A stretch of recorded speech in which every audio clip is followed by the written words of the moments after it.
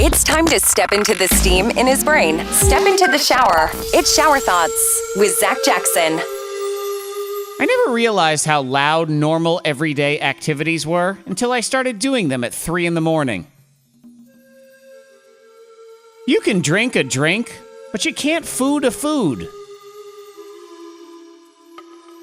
It's amazing how often just turn it off and turn it back on actually solves a problem.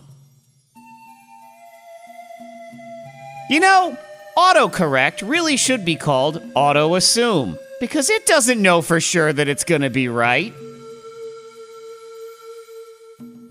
As a kid, I always had to follow other people's rules. Now I'm an adult that can do whatever I want and stay out as late as I want. And all I want to do is go home. Shower